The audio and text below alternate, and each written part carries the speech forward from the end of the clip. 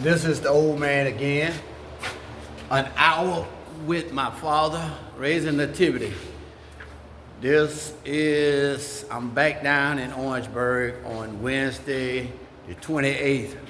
I've been trying to get this video done for the last 3 days, but I didn't realize that I cannot flip the camera while I'm recording. Every time I do, it cuts it off because I was trying to show you nativity, some writing that's on the wall, some sayings, like I said earlier, about that they put to inspire their students, sayings that or people they feel that have some significance, and some of them are pretty nice, and I wanted you to see them and read them, but I cannot reverse the camera. So what I'm gonna do, I'm gonna show it to you, and then I'm gonna try to read it, if you can read it, what it says. I'm trying to see how, I'm looking at it reverse. So I guess you can see it. And this one said, this one right here I kind of really like. I'm gonna read it for you. Life is just 1 minute, only 60 seconds in it. Forced upon you. Can't refuse it. Don't seek it. Didn't choose it. But it's up to you to use it. You must suffer. You must suffer if you lose it. Give an account if you abuse it. Just a tiny little minute, but eternity is in it. And that by Benjamin Mays. This is another one that I want you to see. I hope you can see it. Coming from that end, I don't know how it will read for you, but I'm gonna let you see it in case your mother want to read it to you one day, or you can read it when you calling. And it says, it is time for parents to teach young people early on and individually. And there is beauty in the strength. We shall know that individually makes for a rich temperance. We must understand that all the threads of the temperance are equally in value, no matter their color. So it's telling you that, say we must teach our kids.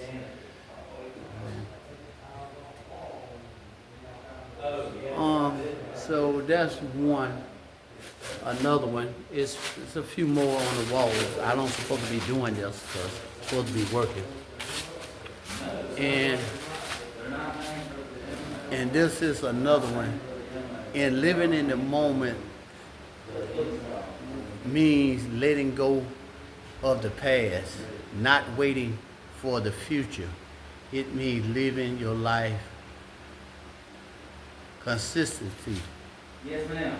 Aware that each moment you breathe is a gift. So that's another one that is on the wall. I'm not gonna be able to show it to you because I don't want the boss man or the people in the building to see what I'm supposed to be doing. And then, like I said, this is August the 28th.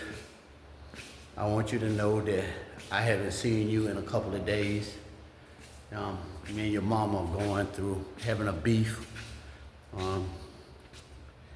She don't value my time with you. She chooses to spend her free time in Fayetteville with you with her. We had a big falling out about it because I asked her if she'd go to Fayetteville or she go out of town, it's fine. But every now and then you should be able to be there with me.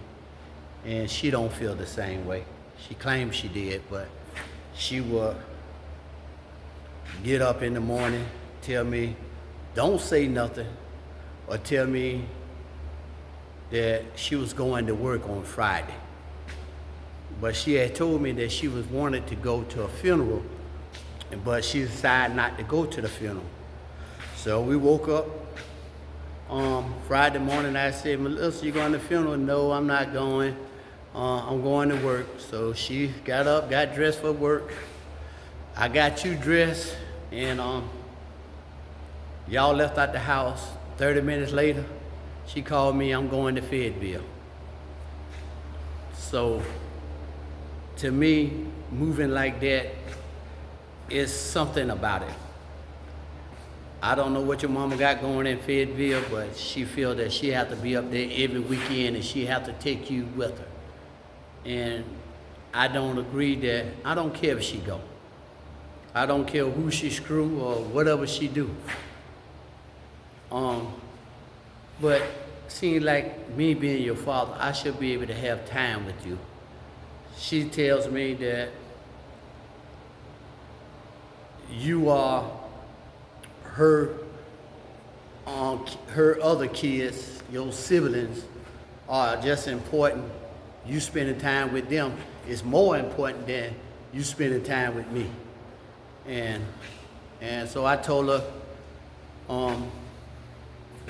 you know, it's not bad that a person, when you're in a relationship, that they have their own time to get away, to spend with their family and stuff of that nature. But when they go, you never hear from them. You never hear from them over the weekend, and they sneak and go. This is the third time your mother went to Fayetteville. Don't even tell me she going. She just pack you up, and y'all just leave. And she said it's cool. So I made up my mind. I said that, you know what? If you feel that way, and you and your kids, you feel that God gave nativity to you and your kids and not for me, and I don't have no say so in where you go and what you do, then you take the nativity and you and your kids raise her. And told her that I don't want to have nothing else to do with her, or I don't really have to deal with you anymore. I just know that I love you, and I'm not gonna be upset or worrying about, I don't spend no time with my baby. I'm not crying that way.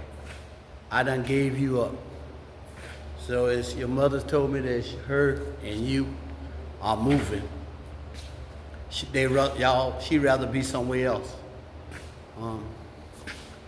You know, things have been not good between us for over a year. And that's before she got pregnant with you. Something had changed. I don't know, is your mother having an affair? I don't think so. She's not that kind of person. But then again, you never know what kind of person or what a person would do. Only thing I know, Fayetteville is her destination every weekend or every other weekend. And the way that she's going and just walking out and just getting you and just go and don't say where she's going until she's on the road, moving that way, kind of make me feel that, you know, there's a possibility. And, you know, our sex life ain't great, not according to me. And why would I tell you that? Because you need to know, and I don't believe in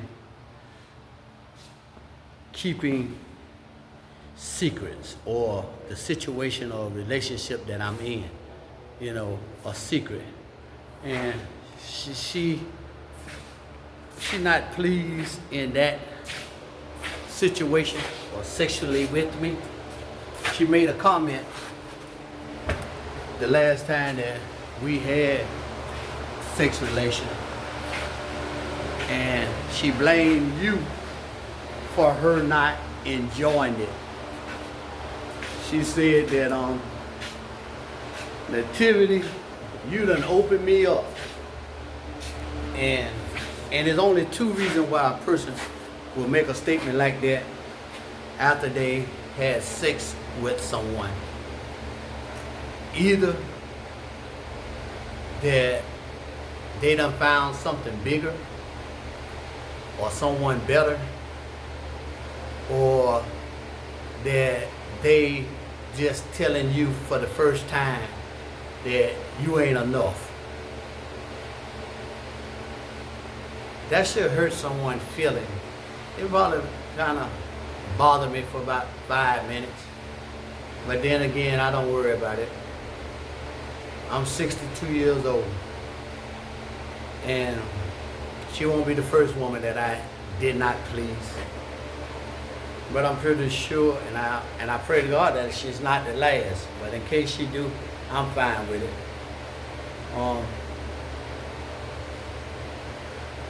One thing I want you to understand, baby,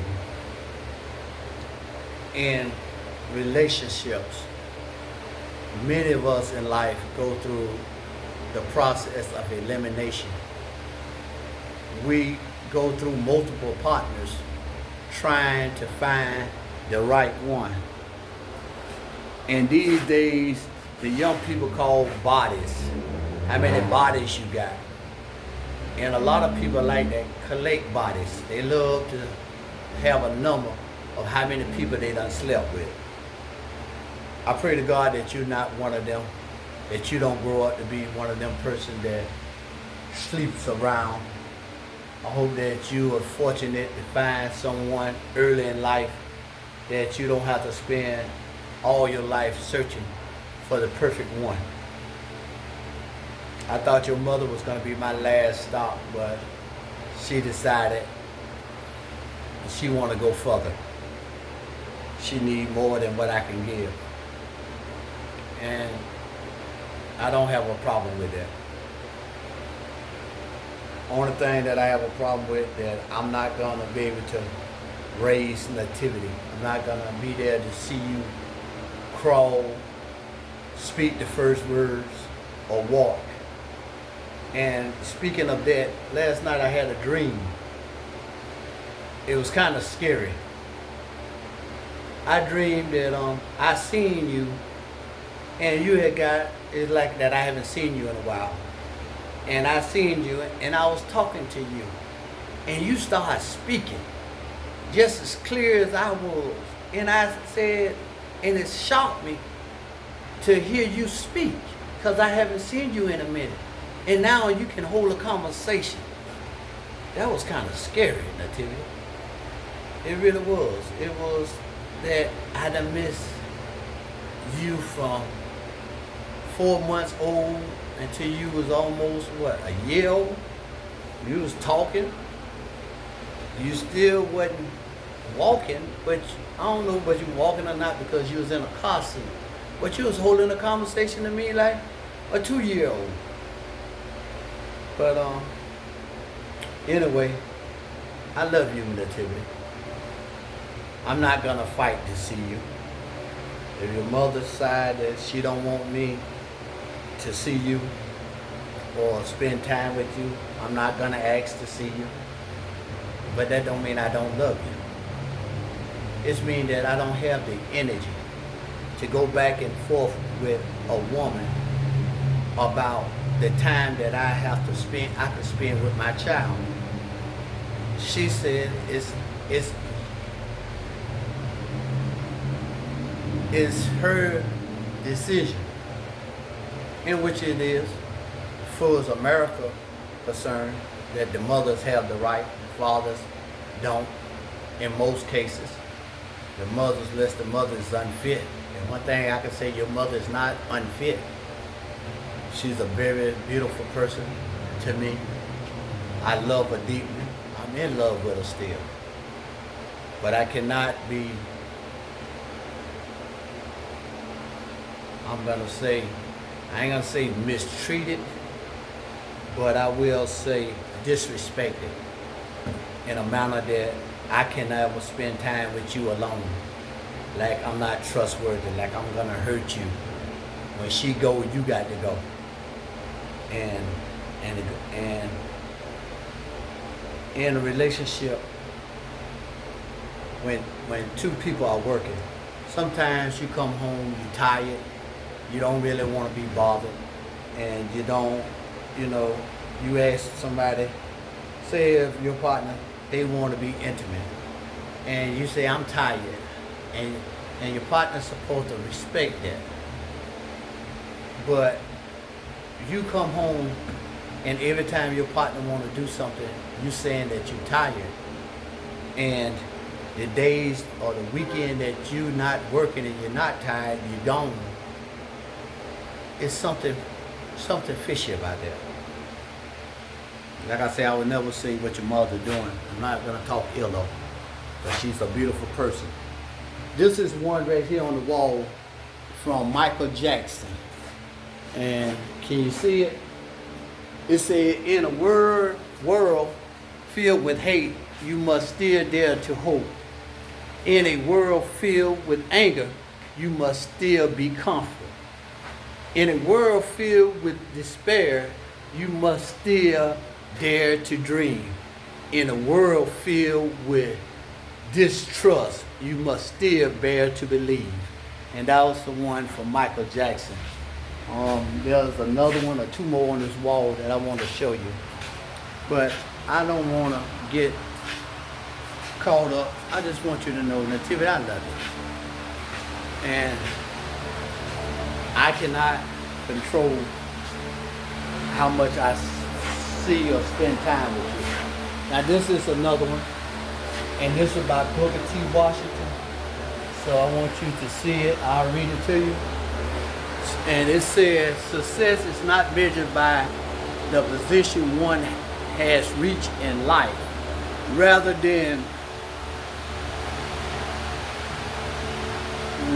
by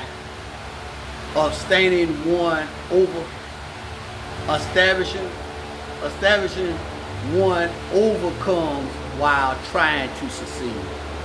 In other words, it's not about where you end up in life, but what you overcome to get where you are, to succeed in life. And you know, everybody measures success differently than God intended for success. Most people measure success about finance and their status and wealth, but God never claimed that everyone's going to be rich and everybody shall have or be financially sound. And we like to make people that have never reached a financial status that they are not blessed by God or they're not loved. And that's a misconception. And it mainly comes from the Christian world, a body of believers, especially those who teaches prosperity. Prosperity is to know God, and to walk with God is prosperous. The things that you attain in life do not make you success or make you prosperous. So this is another one on the wall by our former president, Obama. And it says, changes will come. Okay, let me start over. It says, changes will not come if you wait for some other person or some other time. We are the one we've been waiting for. We are the change that we seek. And that means that you don't need to wait for someone else to make a difference in your life. You can make your own difference in your life if you just put forth the effort and try your best. It's nothing wrong with failing. You only fail when you never try. And that's something that I want you to understand. I know that you was a blessed child. Baby, you show signs of brilliancy in the things that the way that you pay attention to details, the things that you be thinking. Seeing like sometimes every now and then you will say something and you will answer us with a word. Not a conversation, but a word that fit what we're talking about. So I know that you's a very bright, intelligent young lady. I'm sorry that your father have disappointed you and not gonna be there because he feels that he cannot continue to be in a relationship where there's no mutual respect or love. To love someone is to sacrifice and make an effort to do better. One thing your mother never does is willing to do better. So you may say to your father, Daddy, you told me that if you don't forgive, then God will not forgive you. So why don't you forgive, mother, and be in my life? Well, I'm gonna answer that. Yes, God said about forgiving someone. And true forgiveness is to go back to where you started before the problem entered. I forgave your mother twice or 3 times for doing the same thing, taking you out of town without me knowing, or while she on the way up there. That is not, she never asks for forgiveness because she don't feel that she does anything wrong. And maybe in her mind it's not wrong. And maybe in other people's mind that see this video saying, what is you complaining about? Only thing I know that I feel I deserve better. I feel that I deserve someone that loves me and respect me, and that we's able to talk, and they should feel free to disagree.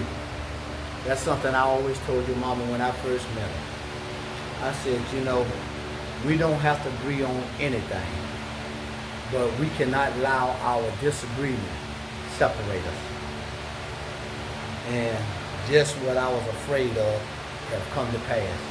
Our disagreement separate us. So I'm not gonna waste too much of your time. I got to get back to work because I done been babbling for the last so many minutes. But this is just a testimony, baby. I promise you, please forgive me for not doing our biblical studies, because that's what I'm supposed to be leaving you. It's my understanding of the scripture. I would like to go chronological through the Bible from Genesis to Revelation. I don't really feel that, baby, I got too much time left on this earth. I've been real sick and have some days that I don't even think I'm gonna make it. So, but I promise you that tonight, August the 28th, I will get back to Bible study and stop where we stopped at on Noah going on the ark, because there's a lot to unravel there. And you have to understand what happened there to understand what people are hoping for and waiting for today, even though there should not be no hope, because your hope was fulfilled in Christ. So if you're in Christ, there should not be hope. We're gonna get there, and I hope that I make you proud. But I want you to know I'm proud of you. Proud of all my kids. I love my kids. I don't spend time with them like I should. And it's sad because I love being around them. But I'm a person that I stay to myself more than being around family. Family can be mean and cruel. Family can hurt you worse than anybody on the outside, because they're the ones that's supposed to love you. But they're the ones that talk so bad about you when you ain't around and knock you down. And all family ain't that way, but a lot of families are, and for whatever reason. So I want you to know that I love you, but God loves you more. Until the next time, this is the old man, an hour with Nativity. Please forgive your daddy for what you're going through today. You know what, Nativity, before I hang up, I want to tell you a situation. Like I said, me and your mama beefing. And yesterday, I went to buy you some clothes because I supposed to have bought them over the weekend, but I had to send your brother some money. So I went and bought you some clothes yesterday. And I hung them on your mother's door because like I told her, I'm not gonna bother her anymore. So I ain't want to disturb her and you. So I hung them on her door. Don't you know, she wouldn't even look at them. She just put them in a chair and went on about her business, knowing that you need something because you're growing. But she wouldn't even accept it. That's how angry she is at me. That's how bad she's trying to get away from me. She don't want nothing that I have to offer. And that's one of the things about life, man. You can't make nobody love you if they don't. So I want you to know that you're loved and you're highly favored in your Papa's eye. Till the next time, the old man. Peace out.